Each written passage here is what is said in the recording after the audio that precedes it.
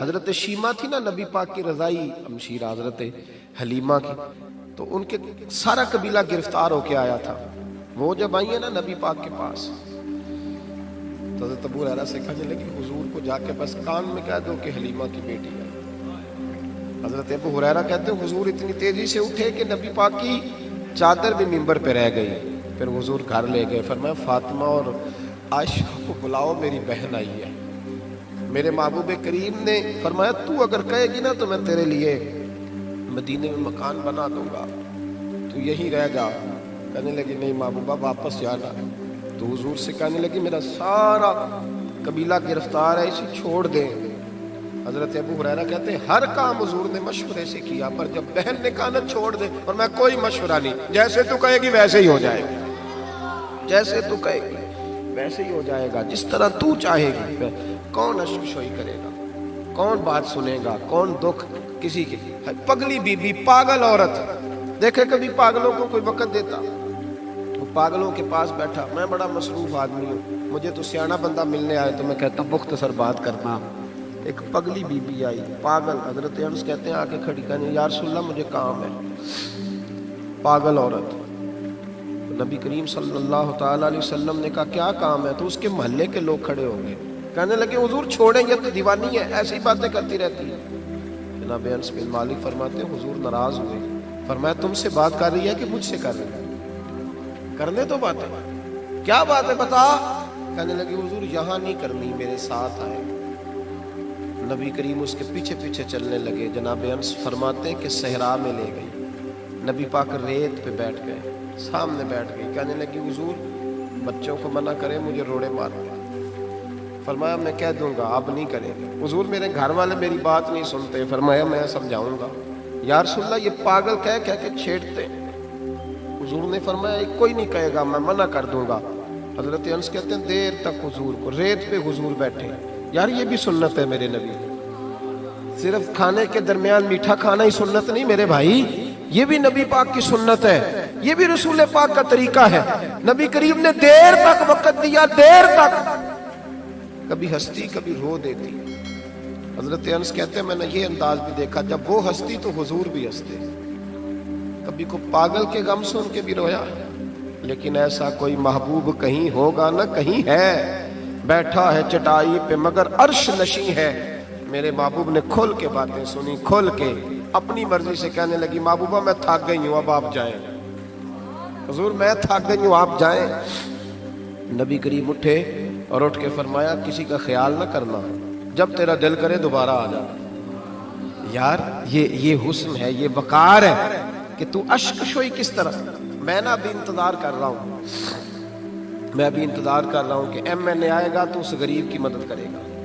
میں ابھی انتظار کر رہا ہوں کہ ایم پی آئے گا تو اس کی مدد کرے گا. میں ابھی انتظار کر رہا ہوں کہ بہت بڑا سیٹھ آئے گا تو مدد کرے گا.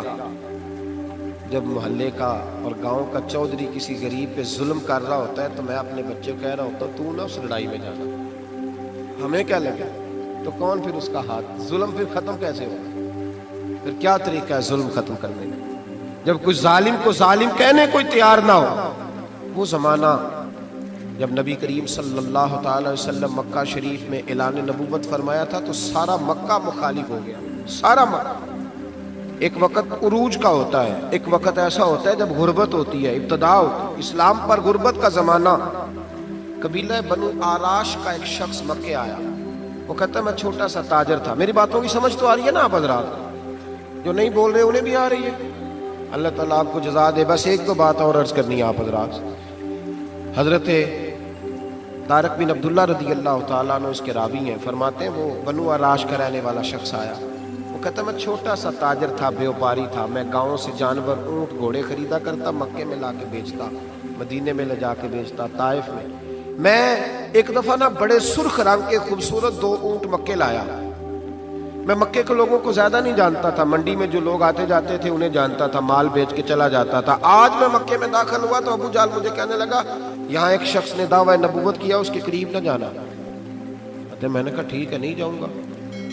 میں نے اونٹ دکھائے تو ابو جہل کو پسند آ گئے، سودا ہو گیا، اونٹ خرید لیے. وہ شخص کہتا ہے کہ اونٹ خرید کے نا تو کہنے لگا فلاں محلے کی فلاں گلی کے فلاں کونے میں میرا گھر ہے، کل آ کے پیسے لے لینا۔ کہتے میں اگلے دن پیسے لینے گیا تو کہنے لگا آج نہیں میرے پاس، کل آنا۔ میں اگلے دن پھر گیا، پیسے، کہنے لگا نہیں کل آنا۔ ہوٹل ہوتے نہیں تھے، مکے میں میرا رشتہ دار کوئی نہیں تھا، میں فٹ پاتھ پہ سوتا، جو چند کھجوریں اور سرکہ میرے پاس تھا وہ پہلے دن ہی ختم ہو گیا۔ انویسٹمنٹ بھی ساری وہیں لگی ہوئی تھی، گھر میں بچے بچیاں انتظار کر رہے تھے، میں بڑا مجبور ہوا، تھک گیا۔ تیسرے دن میں گیا تو میں نے کہا پیسے، کہنے لگا کل آنا۔ میں نے ذرا دبا کے بات کی، میں نے کہا یار میری کوئی پھپھو تو رہتی نہیں مکہ مکرمہ میں، غریب آدمی ہوں، میرے پیسے دے میں جاؤں۔ جب دبا کے بات کی تو کہنے لگا جا دوڑ جا، جہاں سے ملتے ہیں لے لے، بھاگ جا۔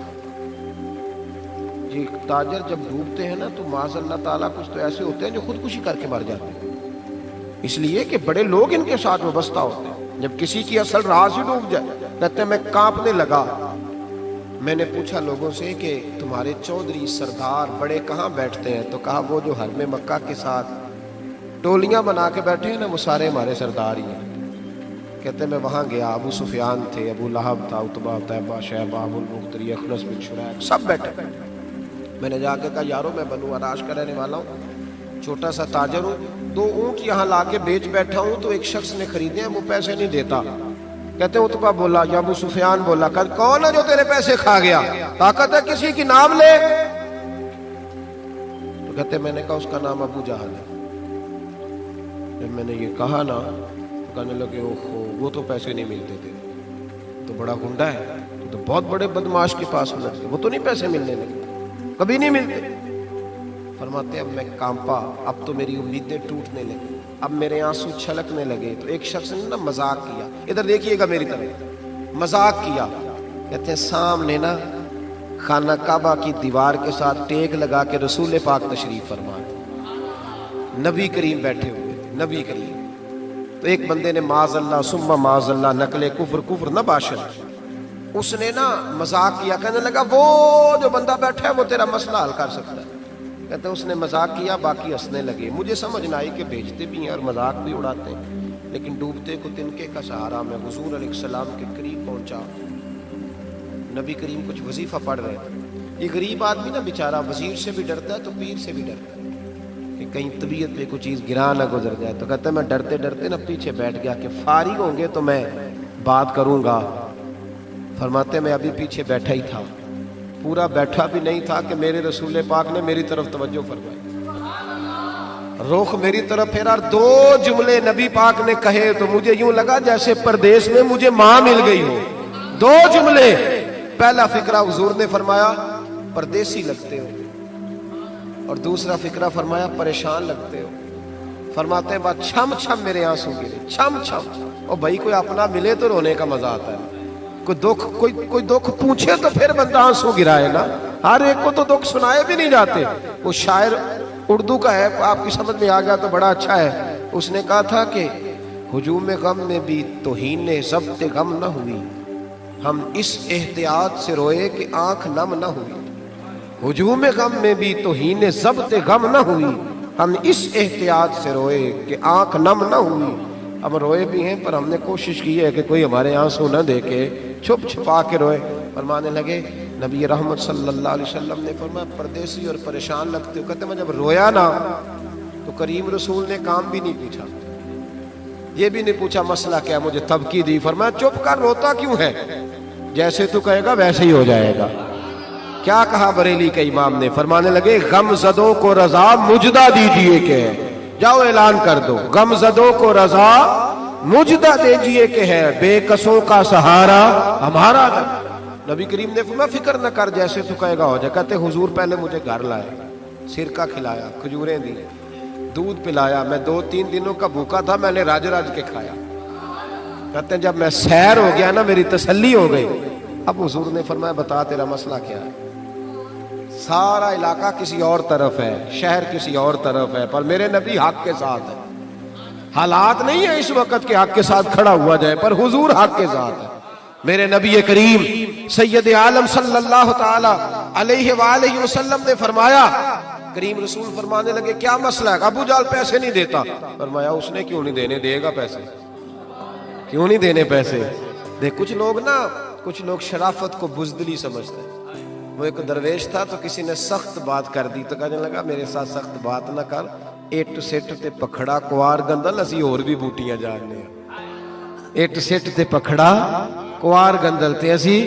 اور اس کا ترجمہ اقبال نے بھی کیا. اقبال کہنے لگے ہو ہلکا یارا تو بریشم کی طرح نرم, پر رزم حق و باطل ہو تو فولاد ہے مومن. رزم حق و باطل ہو تو اشداء علی الکفار رحماء بینہم, کافر پہ سخت اور آپس میں رحم. یہ اصول ہے مومن کا. نبی کریم نے فرمایا کیوں نہیں پیسے دینے, دے گا. ان الذین قالوا ربنا اللہ ثم استقاموا تتنزل علیہم الملائکہ, جو رب کا نام لے کے ڈٹ جائے اللہ اس کی مدد کے لیے فرشتوں کا نزول فرما دیا کرتا ہے. نبی کریم علیہ السلام ساتھ چلے آہستہ آہستہ. اور بھائی کونسلر رکا بھی لکھ دے تو اس کی مہربانی. ویسے تو کونسلر کے دروازے پہ سویرے کو چلا جائے نا غریب آدمی, امیر آدمی پہ تو خیر پرچہ بھی ہو تو ایسا جو صاحب پوچھتے ہیں چوہدری صاحب درخواست آئی ہوتا کی کرنا ہے, تو غریب آدمی کو لے جاتے ہیں. تو وہ پھر جاتا ہے بیچارہ کونسلر صاحب کے پاس, چوہدری صاحب کے پاس. تو پھر اندر سے پیغام آتا ہے کہ چوہدری صاحب ٹوتھ پیسٹ کر رہے ہیں. پھر پیغام آتا ہے کہ بریڈ گرم ہو رہا ہے. پھر پتہ چلتا ہے کہ اب اخبار پڑھ رہے ہیں. وہ غریب باہر بیٹھا ہے. پھر باہر آ کے پوچھتے ہیں گاڑی کرا کے لائے ہو, وہاں کیسے جانا ہے؟ وارث شاہ مان کری نہ وارثہ, رب بے وارثہ کر کے مار دائی. بے پرواہی ویک سجن دی جتھے کسے دی پیش نہ جاوے, انہیں تاجاں والے در در رولے, تاجاں والے در در رولے تے منگتے آ تخت بٹھاوے. وہ سجنا کسے نو کارا آ مل دائی, کوئی کعبے او خالی آوے, ڈھار اس کی بے نیازی سے. اور بڑے بڑے حاجی نمازی, ناراض نہ ہونا میری بات, بڑے بڑے حاجی نمازی حق کی بات کرنی ہوتی ہے تو پیچھے ہٹ جاتے ہیں. ایک بابا بلے شاہ صاحب کی بات نہ کر دوں درمیان میں.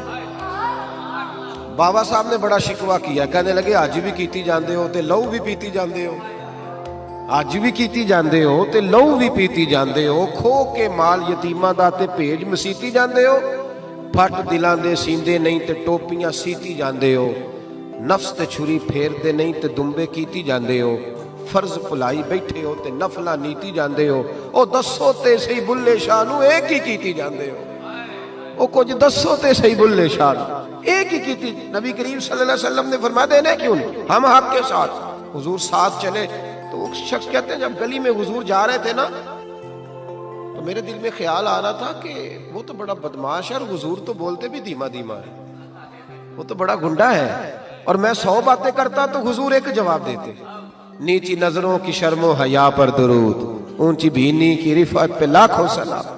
تو محبوب پاک کیسے بات کریں گے, وہ تو بڑا بے حیا ہے. لیکن کہتے سارے رستے حضور نے کوئی بات نہ کی, ککھ سواد نہیں مشری اندر, اسا کھنڈاں وی چک ڈٹھیاں, اینا ساریاں شیواں نالوں گلاں سجن دیاں مٹھیاں. یہ کس قسم کا عذاب ہے؟ جمعے پڑ گئی, ٹڈیاں آ گئی, یہ اللہ نے عذاب نازل کیا. جب وہ عذاب میں مبتلا ہوئے تو موسیٰ علیہ السلام سے کہا کہ آپ اللہ سے دعا کریں کہ ہم سے یہ عذاب ٹل جائے. اگر ایسا ہوا تو ہم ایمان لے آئیں گے, بنی اسرائیل کو بھی آزاد کر دیں گے. لیکن موسیٰ علیہ السلام کی دعا کے نتیجے میں جب عذاب ٹل جانے کے بعد فرعونی پھر اپنے وعدے سے